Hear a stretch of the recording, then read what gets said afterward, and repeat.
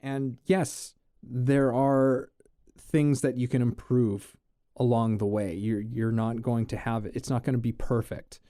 But man, you just like, you figure it out. Like, that's what I've been finding. It's just like, oh, okay, yeah, that can be better. All right, I've learned something. I've figured that out. And now it's like, and I've been finding that there's just been such a better approach for, at least for myself, and maybe for people who are kind of like me, where you can overthink things. It's just like, just start. Like, just what if you were already good enough to start this? What if you were already good enough to do this thing, right?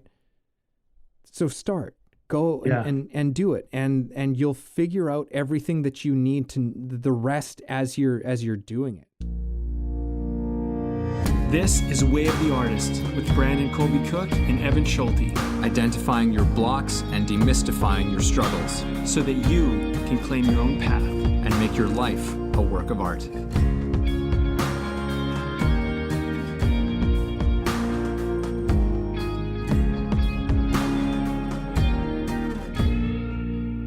Are you ready for this epic podcast we're about to have?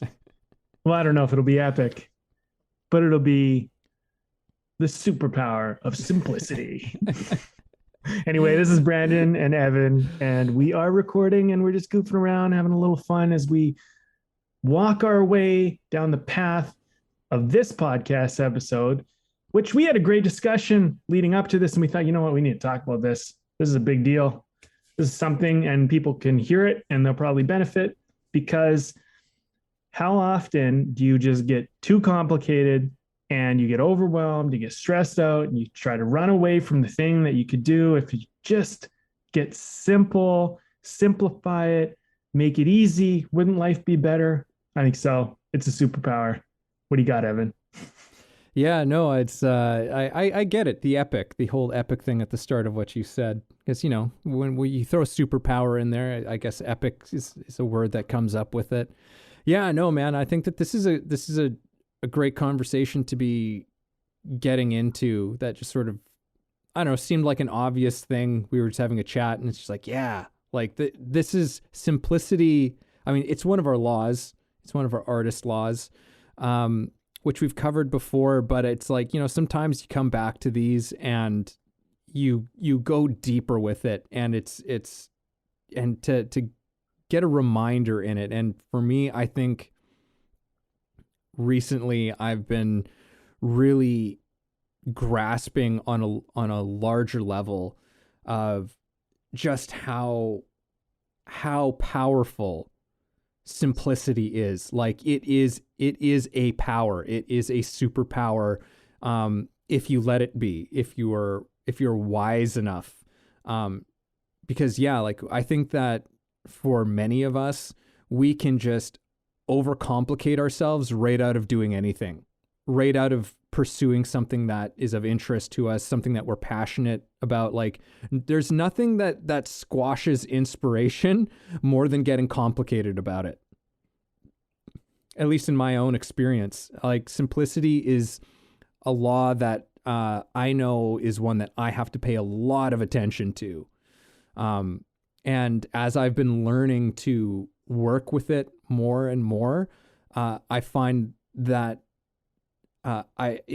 for me in my own life, I take more action steps. Like, it was something that a lot of times taking action on things was a really hard thing for me. It was something that I would have a lot of resistance to taking action. Like, oh, I don't know if I know enough about this thing, or I don't know if I've done enough in some regard that I can actually start doing anything about this.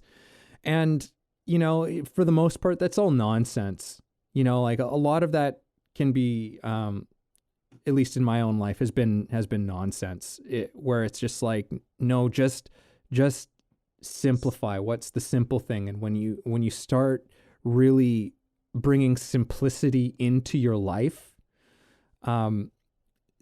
the road just seems to open up. It's no longer this narrow, barely visible thing. It's this, you have a big open space that you can move through. So I guess I'll start off with that's my opening statement, I suppose. I love it. I want to work with this analogy of the road. Simplicity is like the freeway. It's like the open road. It's just like, it's designed to have like traffic move through unencumbered, fast and quick. You're going places. That's what simplicity is all about. And then when you look at the more complex, those are like those back roads and the alleys and things like that. The places where you're going into the little fine areas. And I think that you want to save those complicated things to the very end. Like maybe the last 10% or last 5%, maybe the last 15%, maybe the last 1% is complicated to get those fine touches, to get exactly what you're trying to get. And then it's the kind of the law of diminishing returns, because a lot of people who are successful that I've interviewed and talked to and just interacted with generally say, like 80% is good enough. And then you can strive for more, but you're trying to hit the 80% mark. And then from there, you're working it. So like for the first 80% of whatever you're doing, keep it simple. Yeah. I think that would be kind of a good model to look at it. And just try and root out, okay, well, like, what am I trying to do exactly? And, something that I don't want to get too far off the topic, but like something I've been really working with is website design and the online model of business. It's something that, I didn't go to school for, and I've learned through mentorship and just through my own research. And something that I've been kind of learning is to really understand why someone goes to a website. And what you've seen the websites that I've built, right? And like you saw the first version of our podcast website, for example, and it was so detailed. It had a blog, it had a homepage, you could go contact, blah, all this stuff. And then we were like, okay, let's like pare this down. Let's just make it a little more simple, a little more streamlined. And I've come to learn more recently that like, even that's too complicated. Like even the way we have it's too complicated currently at this point.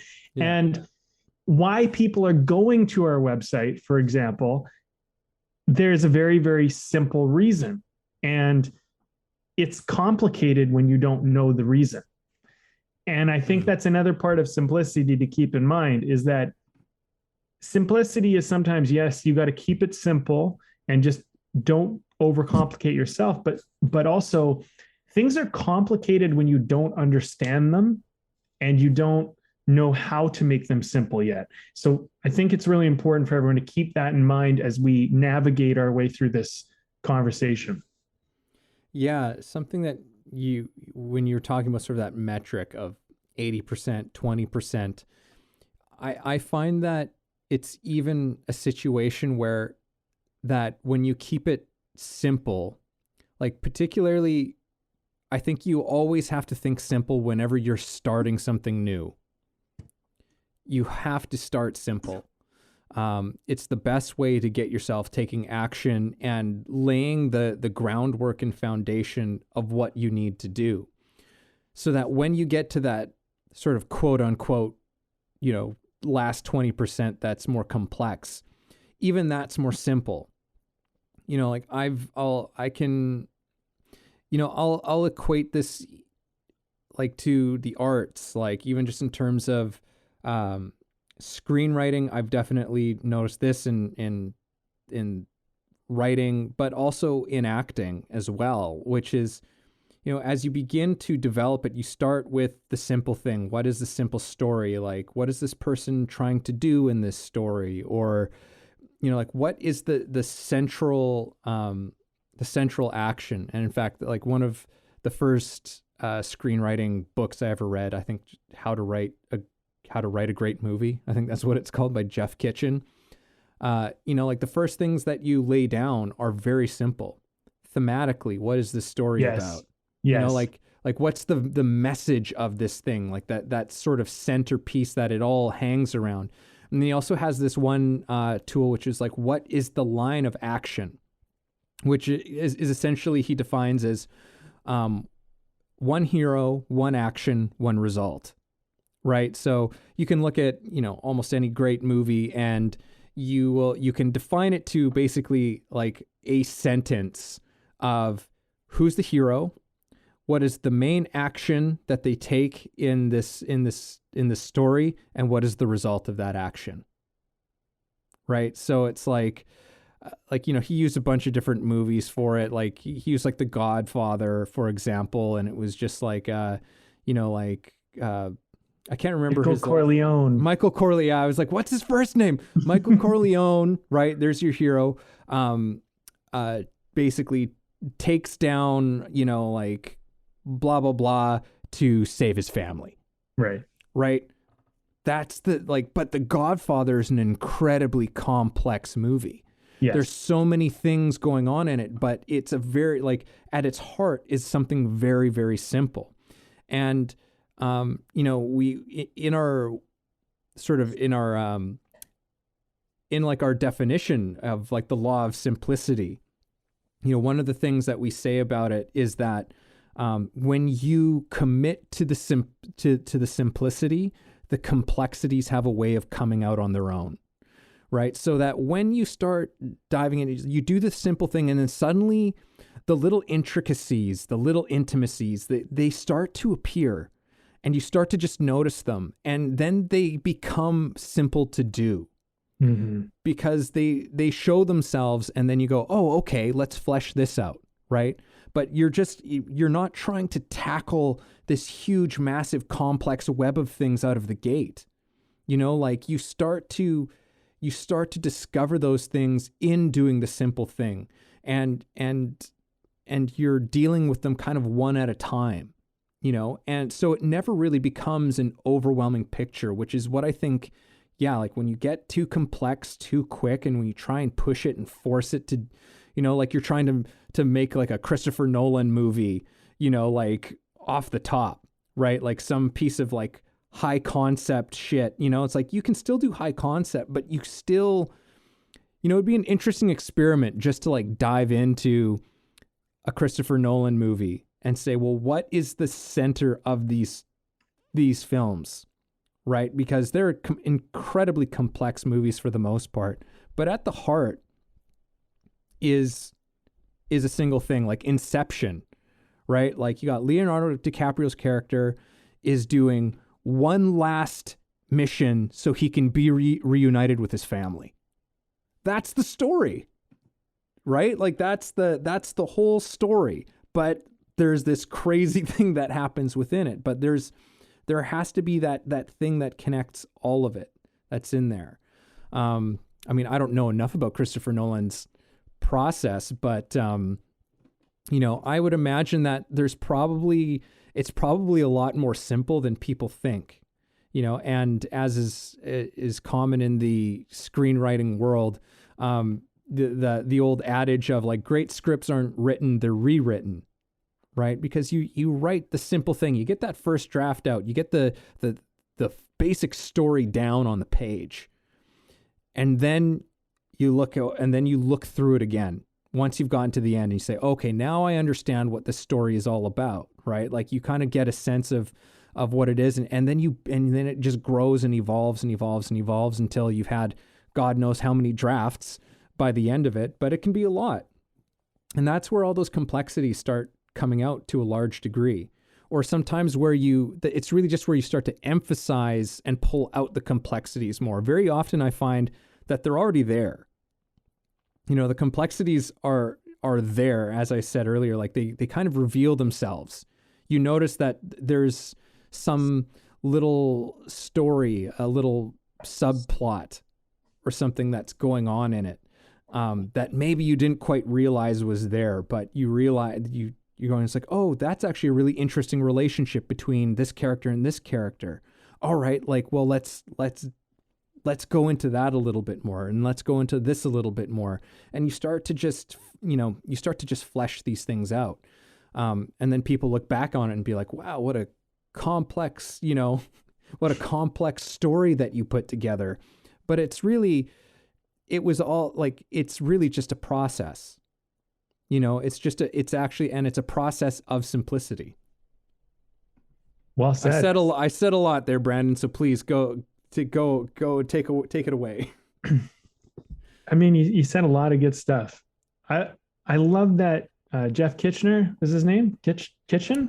I think it's just Kitchen. Jeff Kitchen. Jeff Kitchen. Yeah. What's that book called again? How to Write a Great Movie. Yeah. I think that's you've mentioned that one before. I like that one character, one action, one result. I think that's such a great way to look at a story, because really, like, that's so much of what it is. And people, like, I've written so many screenplays at this point, and I've taught so many people to write screenplays, and I've read so many screenplays, and I've watched thousands of movies. And it all kind of comes back down to that.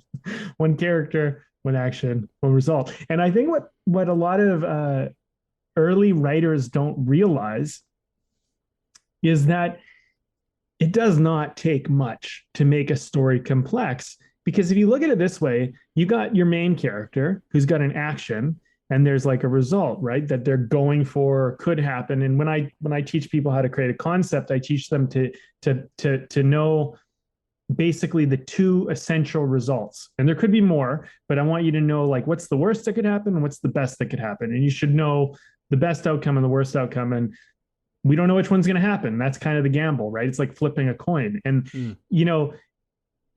have you ever flipped a coin when it matters? Like, when you care about the result, you watch that coin.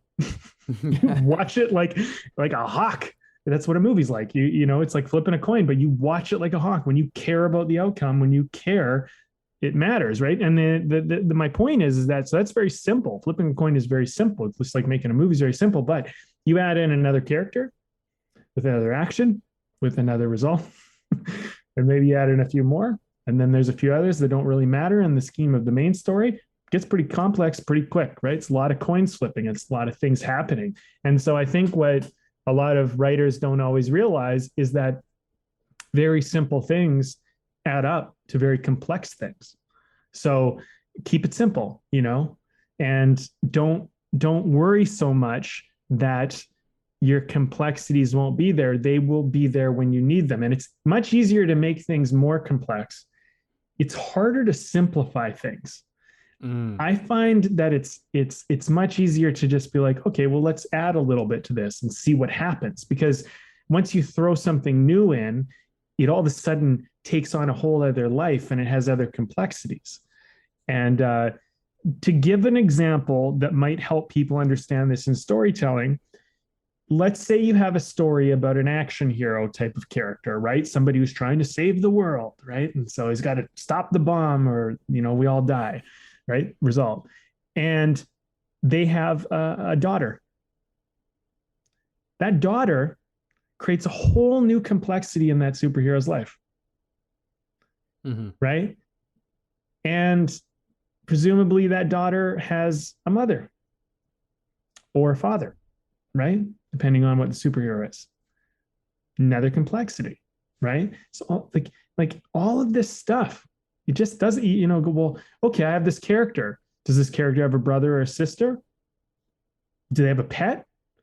Right? These things, all of a sudden, you just throw one of those in, boom, you got a whole new complexity that's going to start to show up and evolve out of your story, right? And so I really like that Jeff Kitchen idea that you presented, which is like one character, one action, one result. And I think you can, and it's 3, which is nice too, but you can look at a lot of things like that, and you can really answer a lot of questions if you just go, okay, well, what are the 3 things?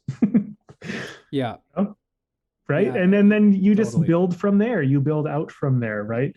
As opposed to being like, I have to do this amazing complex thing and I have no idea how to do it. Right. Just start simple, and then trust that the process will evolve and you will find out what you need. Yeah. Yeah. I think, and I think that you definitely, like, you hit on it right there, which is that, like, I don't know if we know how to do complex to a large degree. Like, because don't get me wrong, like life is complex. Every relationship that you have, which is, when you're talking about, oh, well, you introduce a character, right? And every character you introduce into the hero's life is a complexity, right? Because that's a relationship, right? And so much of what our stories are really ultimately about are relationships.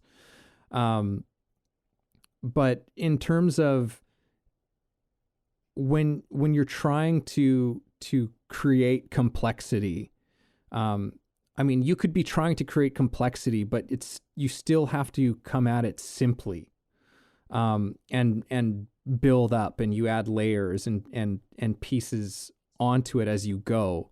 But our minds as human beings, we don't do terrific with complexity, particularly with sort of the part of our mind that we consciously apply to things.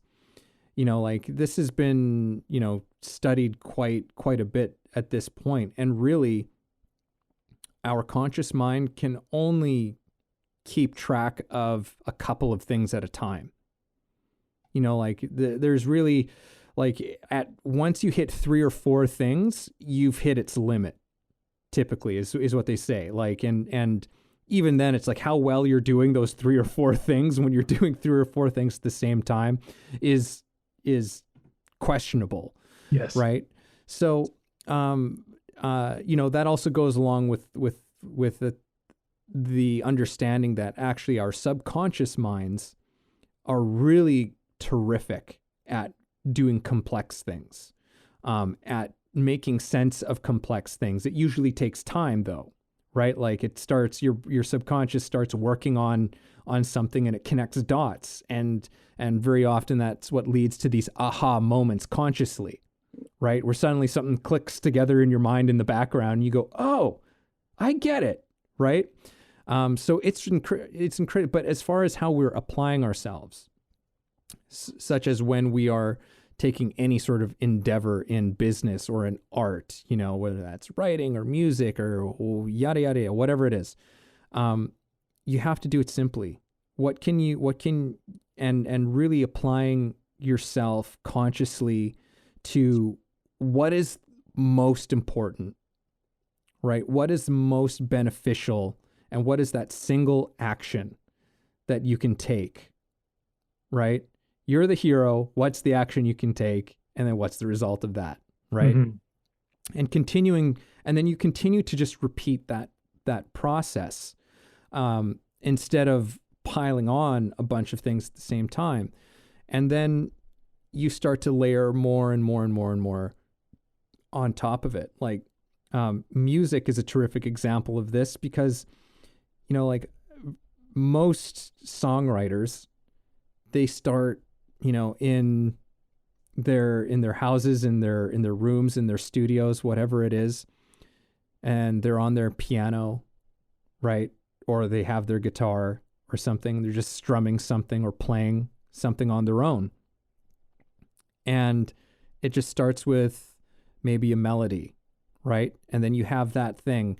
And then, you start to put more to it. And then you get your drummer, and your drummer puts a drum track to it. Your bass player puts, and then all of these elements start coming together. Like it's always so fascinating when you get an opportunity to hear some of the original, rough cuts or takes of, a terrific songwriter who was just in their house on a single instrument, just kind of working this thing out. And very often it's beautiful, which is why you get a lot of those sort of acoustic sets or these stripped down versions of the song. And really the stripped down version of the song is just where it originated from. And then it's incredible how layered and complex the radio version is, right? Like there's, they've brought in violins and horns, and there's synthesizers, or there's all kinds of stuff that they've brought in. But those things are all layered on, and I've had a not much, but a bit of an experience of seeing how that process goes in recording music. And it's quite something, because it does. It starts off, it's just like, well, here's the basic melody and the words. And so here we go and we record that. And then it's like, okay, now let's add the drum track. And now let's add this. And a lot of the times, so much of the time, you don't have any idea of some of those elements that you're going to bring into it, but like you start, and then you listen back to it after you've added, one more layer and then another layer. And then you go, oh, it would be really cool. What if we added something like this at this part of the song, right? It's not something that anyone had premeditated, that anyone had figured out. Like you continue to get the feedback from the thing that you're working with, from the song that you're writing, from that piece, or from the novel that you're writing, from the, the performance that you're giving. There's a feedback that you're getting from the thing itself. And it's often telling you where to go with it, or where you could add, but sometimes also where you need to subtract too. As you were saying, sometimes it's the tougher thing is making a complex thing more simple. But it's incredible how that process works. And when you're working that way, again, it always keeps things simple.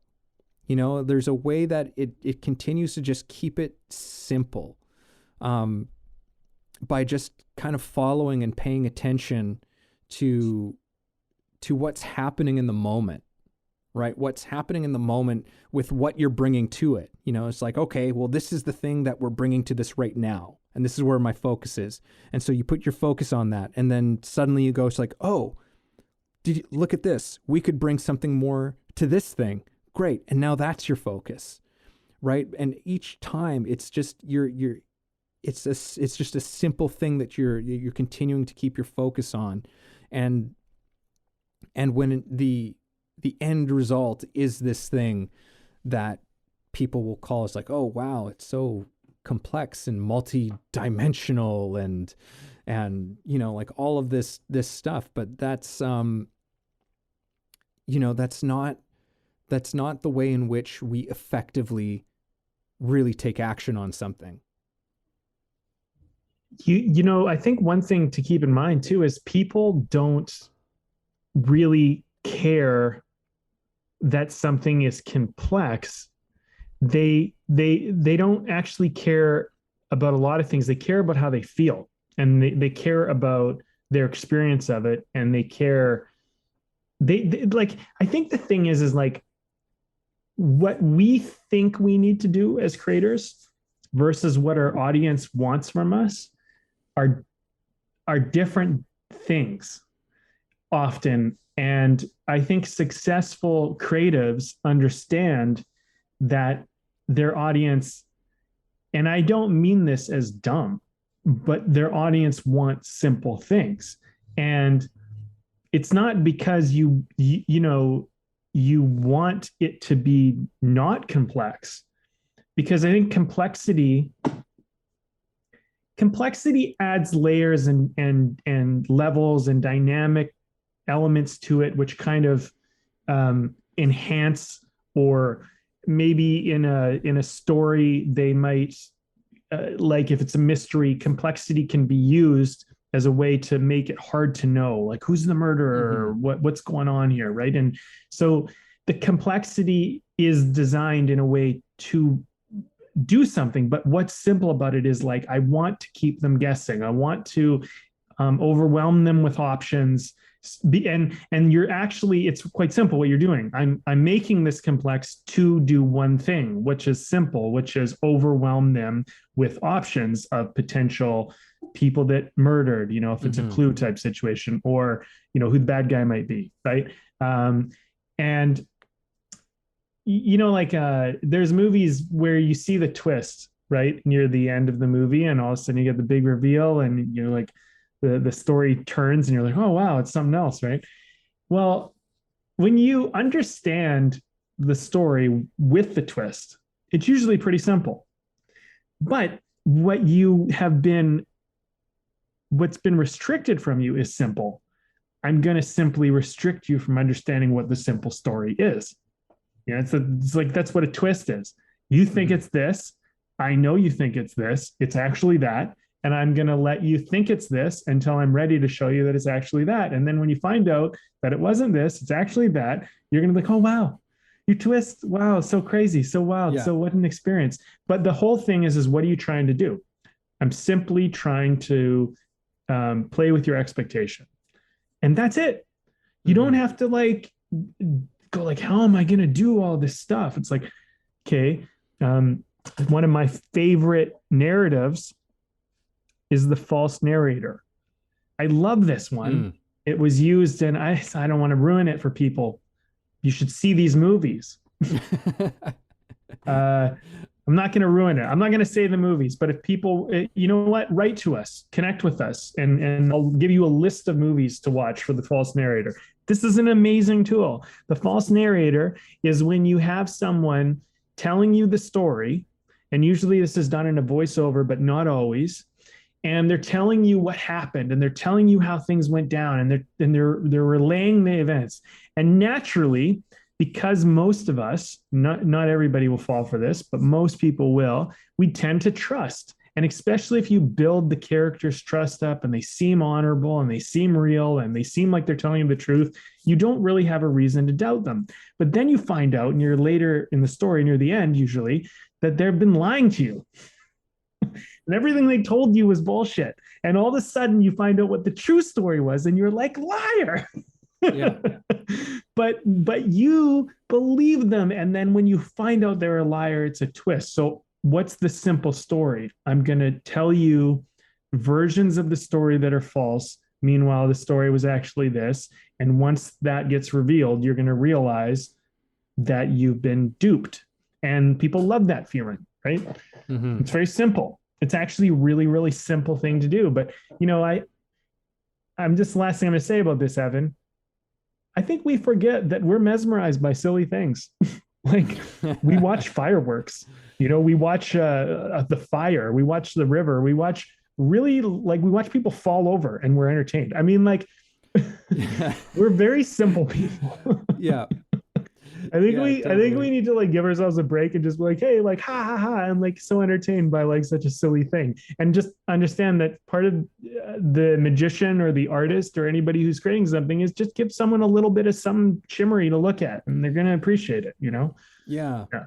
Yeah. You know, it's interesting because it's like in many ways, like the complexities are kind of like just, they're like the way in which we get somewhere, you know, but it's not the main thing, you know, like, because even, you know, like I'm just thinking, I know we've been spending a lot of time, you know, alluding and using storytelling as a metaphor to this, which, you know, that's totally fine, but it's kind of my default. Yeah, it's working for us for this particular conversation, but you know, it's like we still need that simple thing at the core of every story, you know, like it's the things that that really mean something to us, the things that really matter to us as human beings.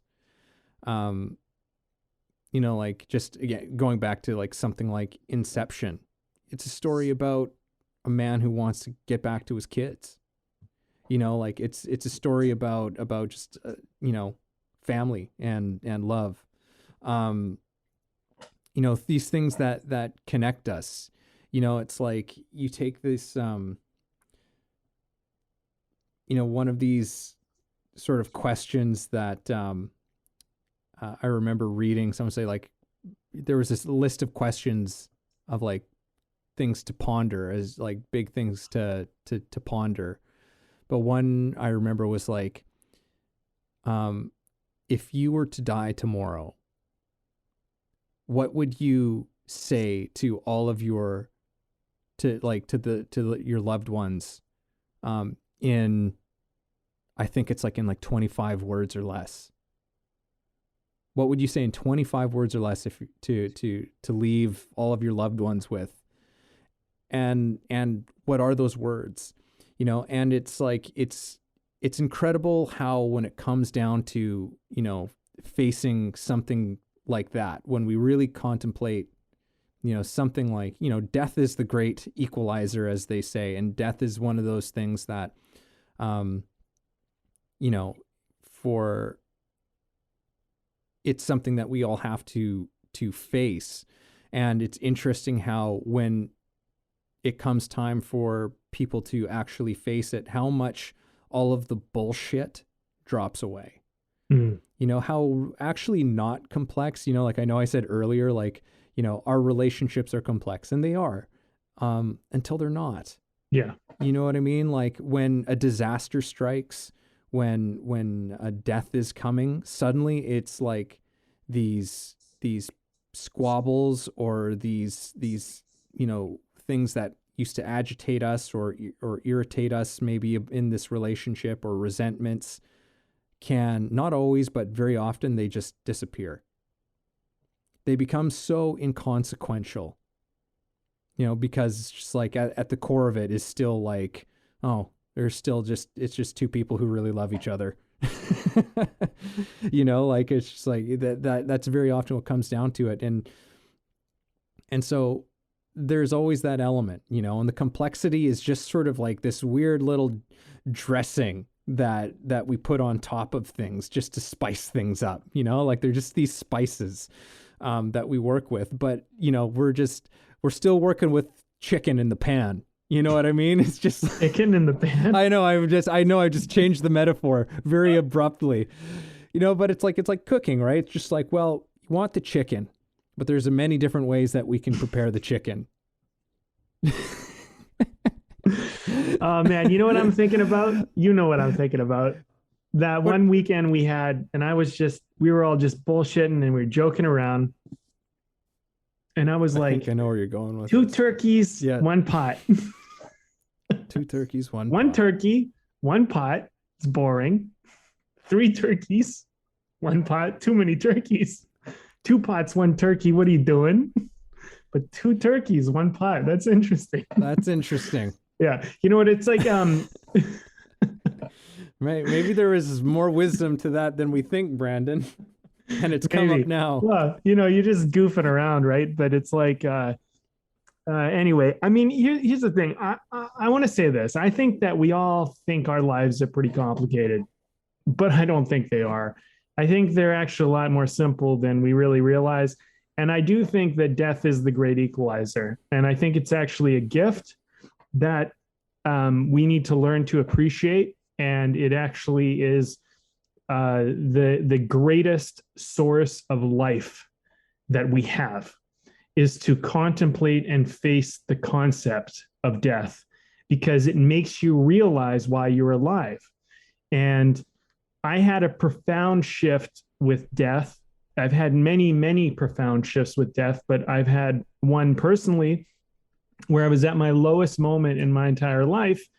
I had a lot of success, a lot of money, a lot of everything that I ever thought I wanted. I came home one day, I sat on the edge of my bed, I put my head in my hands, and I started bawling my eyes out, and I didn't know why I was alive. And I thought about walking down to the downtown and jumping off the bridge. And I just was like, what's the fucking point? And then I let that thought go further as to what would happen if I actually did that. And then I realized that my absence would cause a tremendous impact on other people. And then I realized why I'm alive. Everything I was doing up to that point was for me. It was like, I need to be famous. I need to be wealthy. I need to have friends. I need to have women. I need to have all the stuff that everyone says, you know, you got to have. And I got it, most of it. I mean, I got enough of it, let's put it that way, to realize that these things are nice dressing.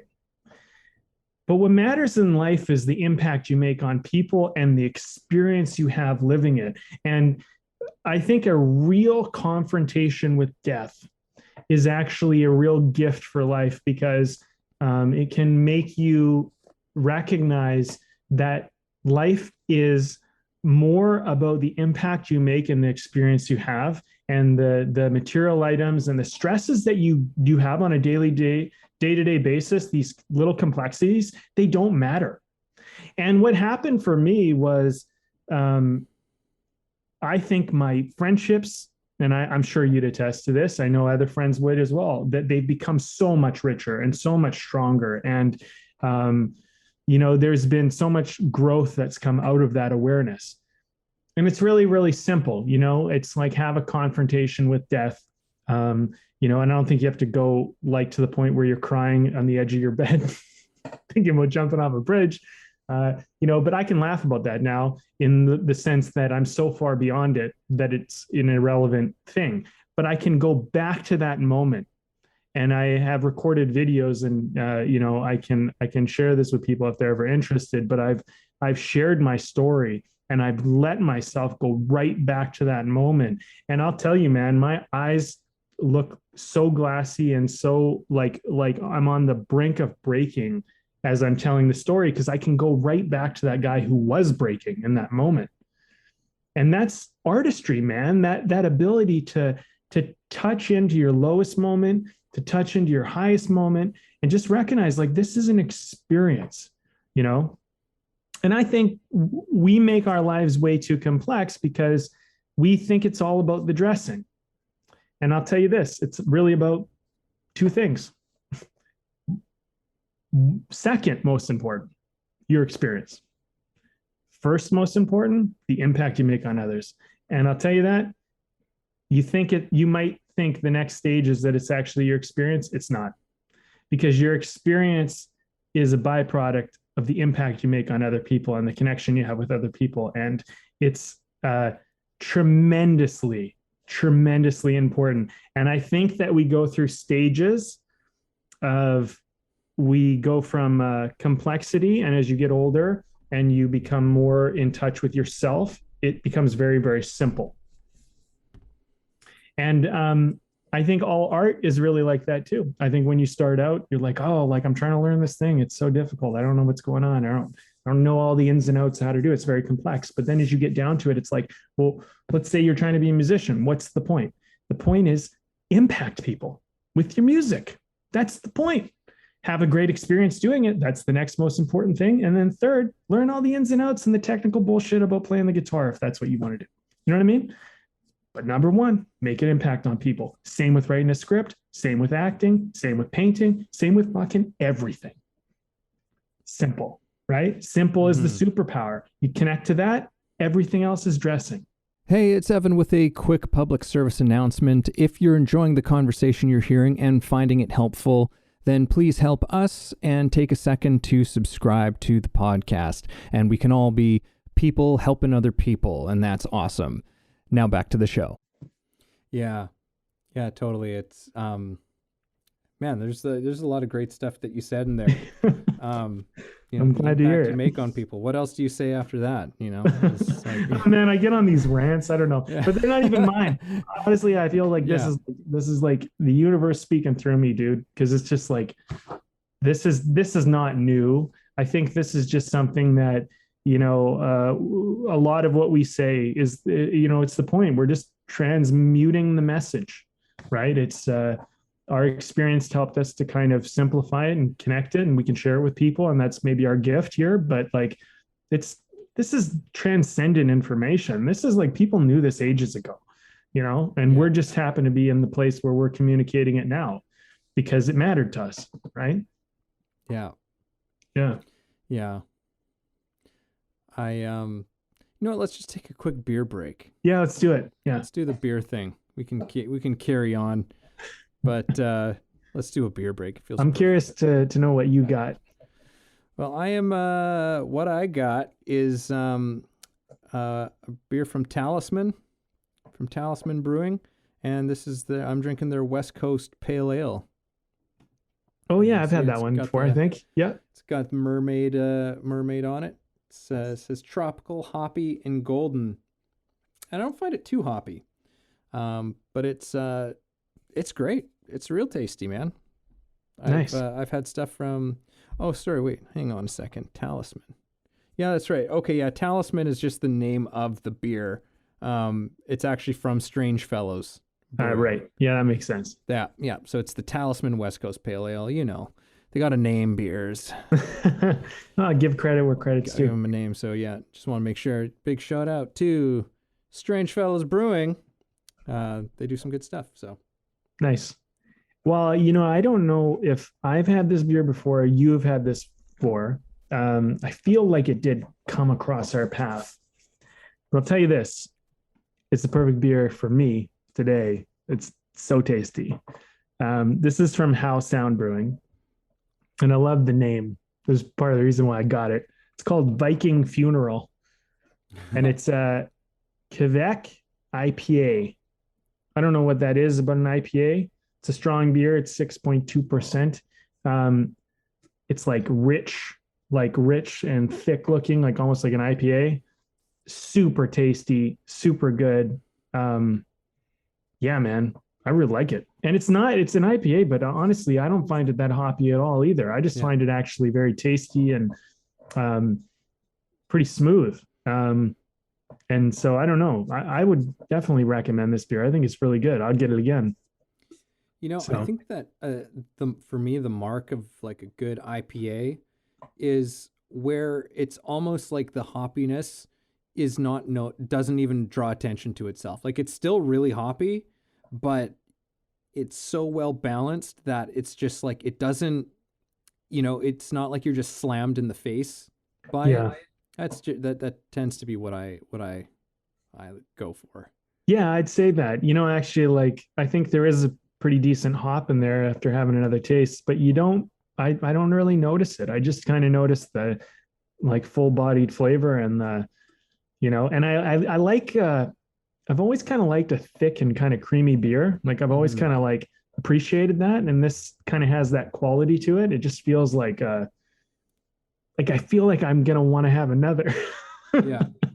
And there's no better way to say that. I also find though, as we talk about beers and stuff, it's so much about the time of the year and what's going on with the weather and stuff like that. For me, I find that I have such a wide palette for different types of beer that it's so much about like what is the right beer for this moment.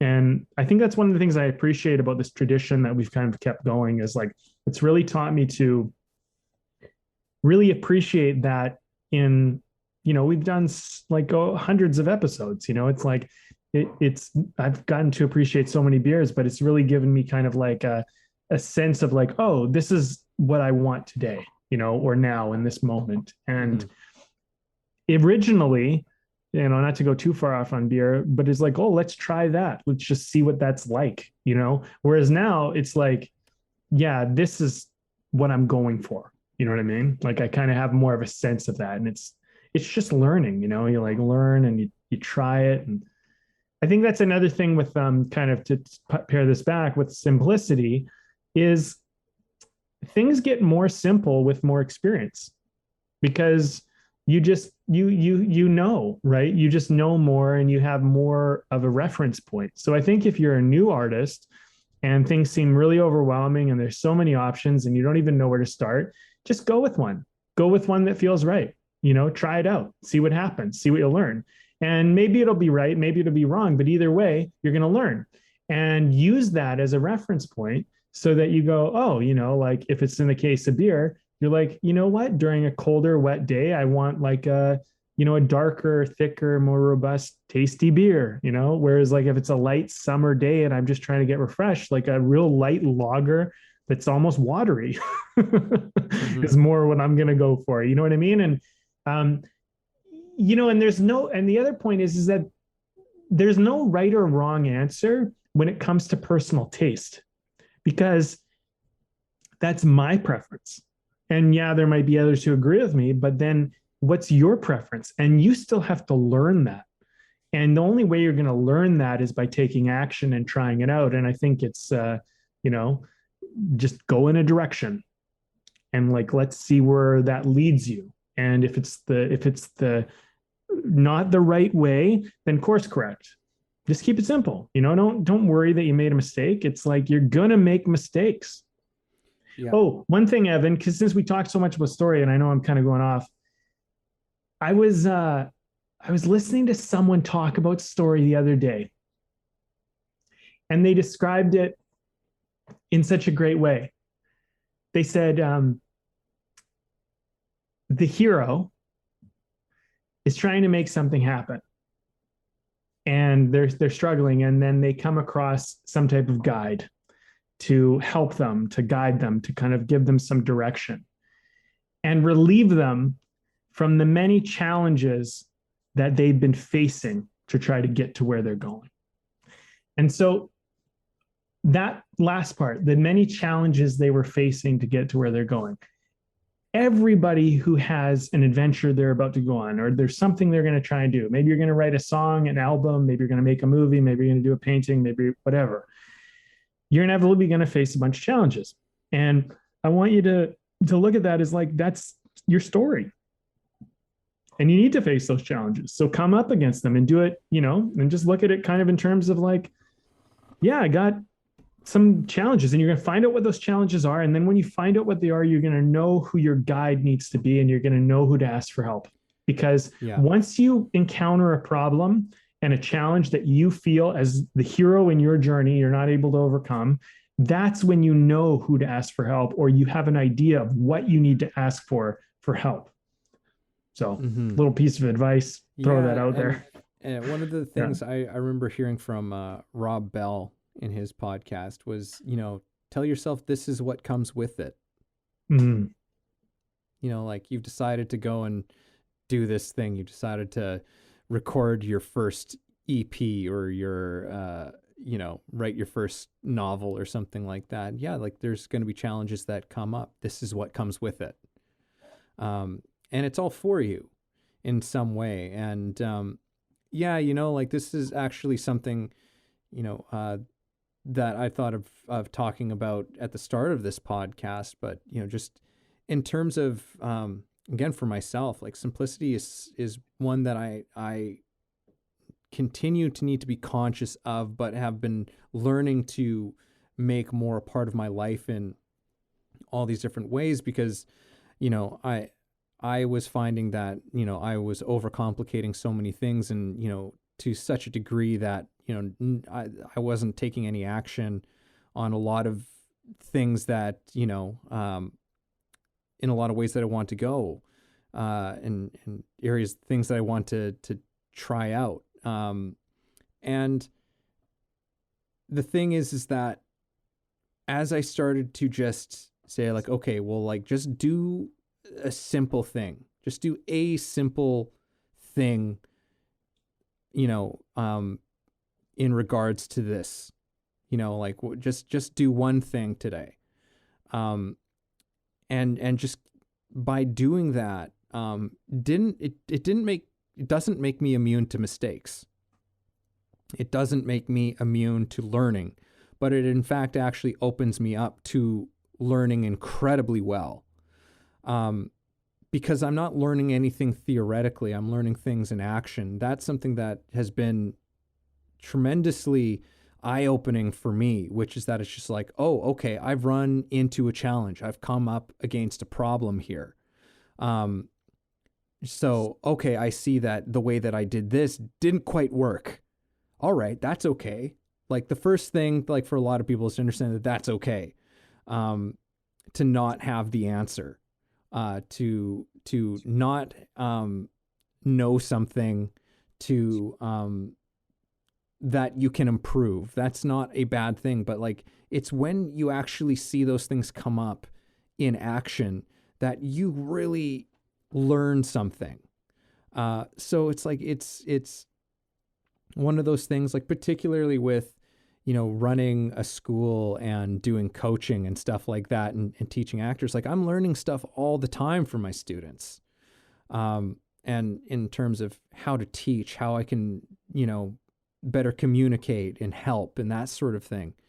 But by at least allowing myself to just step out there, like actually allow yourself to step out there and trusting that you have enough of what you need to begin to get this thing in motion. And yes, there are things that you can improve along the way. You're not going to have it. It's not going to be perfect. But man, you just like, you figure it out. Like, that's what I've been finding. It's just like, oh, okay, yeah, that can be better. All right, I've learned something. I've figured that out. And now it's like, and I've been finding that there's just been that's such a better approach for, at least for myself, you know, and maybe for people who are kind of like me, you know, where you can overthink things. It's just like, just start. Like, just what if you were already good enough to start this? What if you were already good enough to do this thing, right? So start, go and do it, and you'll figure out everything that you need to the rest as you're doing it. And just one last thing, like, I don't remember who it was, but it was I think it was a Big Think talk. If you're familiar with Big Think, but this guy who is like you know, like a big developer of like apps and stuff like that. Runs a successful company, which I cannot remember that either. But he was talking about plans, you know, and he's like, lots of people they put together these insanely comprehensive plans, and this is what we're doing, this is where we're going, and blah, blah, blah. And he's like, you know, we didn't plan a whole lot. You know, like we started with this, you know, with developing this one app because we thought it was a good idea, and we made it, and it was a success. And then we kind of said, all right, well, what do we want to do next? And then we did that. And, you know, it's just like, because it's just like the planning can just, you know, like there's a use to some planning, but like, man, like I think that we delude ourselves in thinking that we can just plan our way through anything and everything. Like you can't. That's not the way that life works. The plan, you can try. You can try, as say, like, you know, life is what's happening while you're busy making other plans, you know. Yeah, like exactly. You know, but at the same time we say, it's like, well, you've got to have a plan. And it's like, yes, like these are kind of sides to the same coin, right? Like, it's where, to me, essentially a plan is just to get you started. You know, like that's your fire starter. That's to get you in motion. That's its main thing. It's not something that's meant to be, you know, adhered to stringently every step of the way, because life is making other plans around your plans, you know. And if you don't acknowledge that, if you're not responsive to that, then your plan is shit. Yeah. You have a shit plan. Yeah. And a shit plan is okay if you abandon it, but it's not okay if you stick with it. Yeah, exactly. That's basically it, right? Like I teach my students this in the screenwriting course I do. And I actually heard this recently from another screenwriting, what's the word? Master. I'm not a master. I don't know if I'd call myself that. What's a good word? Someone who's an expert, someone who's really good at this shit, right? I'm pretty good, I think. And, you know, something I kind of try to encourage people to do is like, yeah, well, let's come up with a structure for your story. Like, let's figure out a plan. Like, what's going to happen? You know, like let's figure out like maybe what the lowest moment is, what the climax is, like what incites them into action, like maybe how this resolves. Let's kind of come up with a plan, right? So we do this, and I actually break it down into like 26 steps if you really want to get complicated. But I tell them, like, look, are you going to abandon a great story that happens to appear to you partway through this process? Like, because you're stuck with some structure plan that you had in the beginning, like you abandon the plan, let it go. Go with the new one that's more exciting and better and more interesting, and you stumbled across, and the only way you stumbled across was because you took action on this one and you got there. But now you have the planning skills, and I remind them that, like, yeah, you know, don't do it because don't not do it because going this way to the great story, which you were on a good story, but now it's great. You have the skills to make a plan. So make a plan again, because you've stumbled across some information or some insight or something that you didn't have before that will lead you from a good story to a great story. And maybe you thought your story was great, but this is better. So go with the better one, because if you think it's better and you're more excited about it, then let it happen. But usually it's not like I find with this stuff, it's not like you're rewriting the whole thing. You're just pivoting. Mm-hmm. And I think with this kind of superpower of simplicity is that, you might go along and you go, well, I think I'm doing this, right? Like I want the job or the career or the promotion or the car or the girl, the guy, whatever it is that you want, right? And you think, this is what I want. This is what I'm doing. This is the result. And you go along a little ways and you get further towards that goal. And then all of a sudden you realize, well, that's not what I want. That's not really what I want. What I really want is this. Well, go for what you really want. Go for what you really want. Like, fuck that thing you kind of want. Go for the thing you really want. And by the way, great storytelling and screenwriting and novel writing, it isn't uncommon that a character starts the story wanting something, and then an inciting incident happens in their life, and then they realize they want something or need something, or something is much more important than the thing they originally wanted. And actually, that's a great storytelling technique. So use it in your life. And it doesn't mean that because you abandon the plan that you have no plan. You just make a new plan, and the plans can change. It's I'm having too much fun, Evan. No, it's I love it because it's it's those, again, like, I think that one of the beautiful things about, like, and why story has become such a metaphor for, or a good way for us to talk about this, is because it has so much to do with, story is all about our lives, like, it's all about the human experience and what connects us and unites us in this way. And that's just like another one of those devices. Like, how often were you off pursuing something to realize that you were completely mistaken?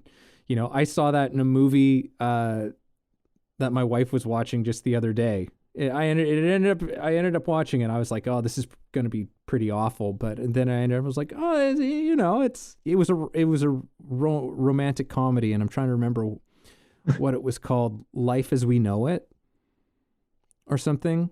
Katherine Heigl and Josh Duhamel, or however you say his last name.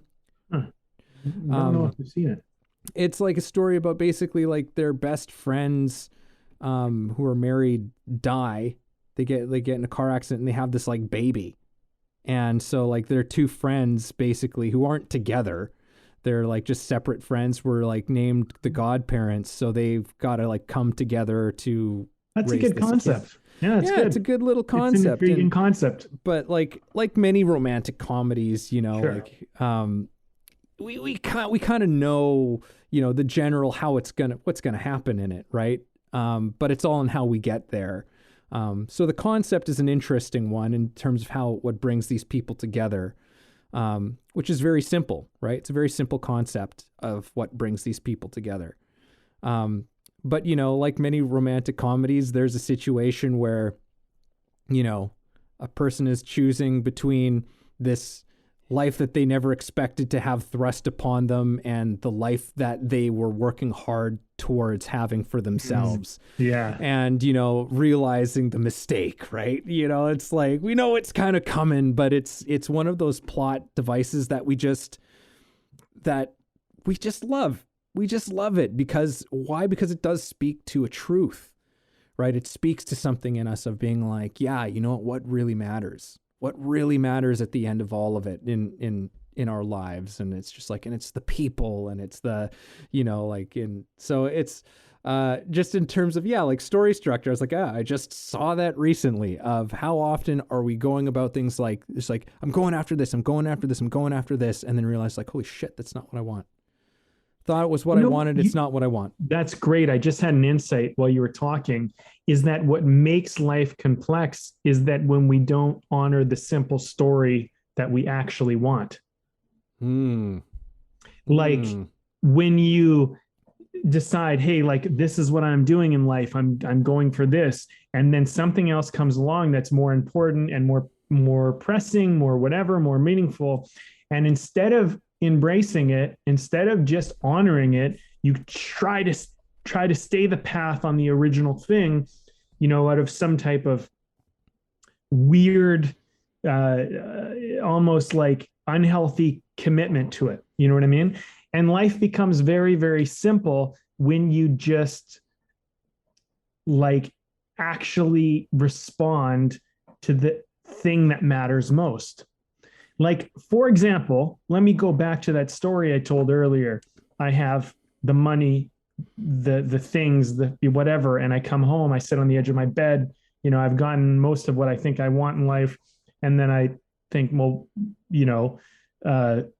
I want to jump off a bridge because I don't think any of this matters. What if I just stayed the path? What if I just kept going, well, maybe I need a better car and more money and Mm-hmm. cooler friends, whatever the fuck it was, right? Like like maybe I need to be more like, and I think some people do that. And I think that they just drive themselves into a kind of a personal hell. Whereas, I chose to go the other way. And I'm not saying those things are cool. I still like those things. They're fun, but I don't define my life by them anymore. They, in fact, don't matter to me that much. But it was a transformational moment in my life. And I think that when you keep things simple and you just kind of constantly just kind of revisit, like, well, what do I actually want and what's new? And like, what have I learned? And then you're willing to embrace the new. I think the other thing to keep in mind is that we're talking about a few elements here, but I think the important thing to keep in mind is when the plan changes, keep it simple and you're looking at putting your attention and your focus and energy towards what you want. It doesn't mean that you're going to abandon everyone else who is with you on the current path. Tell them, be authentic and be honest and just say, look, I wanted this. And now I actually realize I want that. And so I'm going to change my direction a little bit. Are you with me? Can you be with me? Will you support me?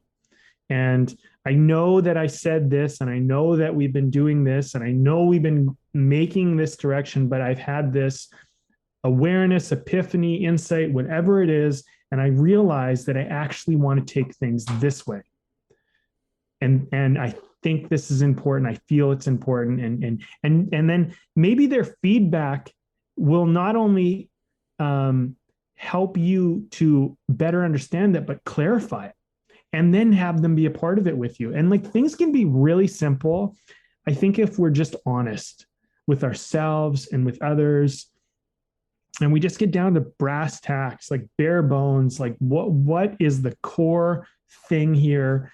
And like, let's make sure that that's being honored above all else. And just remember that everything else is just dressing. It's all just making it pretty. And, last thing I'll say on this, you can only polish a turd so much. We love saying this in the screenwriting world, because when you wrote a piece of shit, like sometimes you just go, you know what, this is a piece of shit. And I'm going to flesh it and start again. And that's fine. But you can kind of look at your direction and your work, and you can look at it, you know what, this is not the right thing. Let's try something else. It's funny how this conversation has gone, honestly, because I feel like it is really simple if you're willing to let go and embrace the change and the shift. I think simplicity gets complex when you don't. I think that's really what I'm kind of recognizing as we go through this process, that, it's never too late to change course, and just, you're a new person every day, and you learn more and you become more aware, and new things become revealed. So don't ignore them, and life gets pretty simple when you're just being real. Yeah. Yeah, man. I feel like we're probably kind of at the end of this conversation. Oh, are we, Evan? I don't know. No, I get it. Yeah, I feel You like want to go? No, I'm just kidding. No, yeah, I know. I feel like we stumbled across some good insights ourselves, and I think that we kind of labored our point enough. But I would say, if I'm going to say my final thing first, and then you go. I'll say this. We called it the superpower of simplicity, but we could also almost call this the story of simplicity.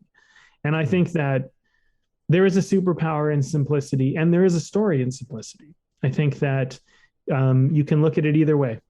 And I would say that when you don't, you actually, you take away your ability to have your superpower and have your story. I think your story and your superpower, either or interchangeable, they're reliant on you just simply being real, being honest, and willing to adapt and change and just learn, go with it. And I'll say this again, I've said it a few times already. Everything else is dressing. Yeah, I mean, I think honestly it's it's really the only thing left to be done, I suppose, is to ask the question of like, how can I simplify? How can I simplify what I'm doing in my life? How can I simplify my life? It's not only like a superpower, but I mean, even in within Buddhism, like as a form of wisdom, simplicity is a virtue. When you know how to be simple, when you know how to live simply, it's a virtuous thing, but it is also an incredibly powerful thing. I think that we have certainly covered enough ways in this conversation of like what bringing some simplicity into your life can do.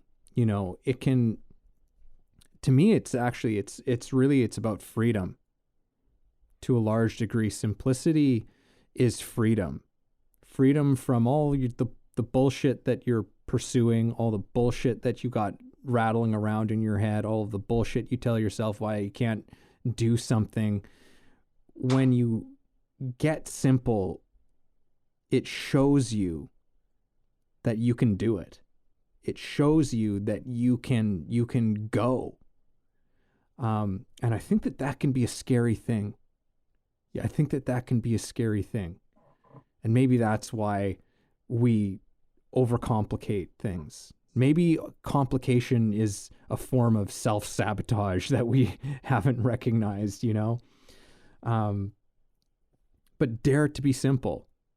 Dare to simplify it and allow yourself to just start doing that thing, to put your foot into the water, to dip your toes and start moving in, and don't worry about what you're doing having to be brilliant, or don't concern yourself with that shit. If you continue to focus on doing the simple thing that has presented itself for you in every single moment, and you just, those simple moments just keep on adding up and adding up and adding up and adding up. And what comes out the other side, no one really knows what will come out on the other side of it, but it's going to be more than the sum of its parts in ways that we just don't know or understand. So, simplicity. Dare to do it.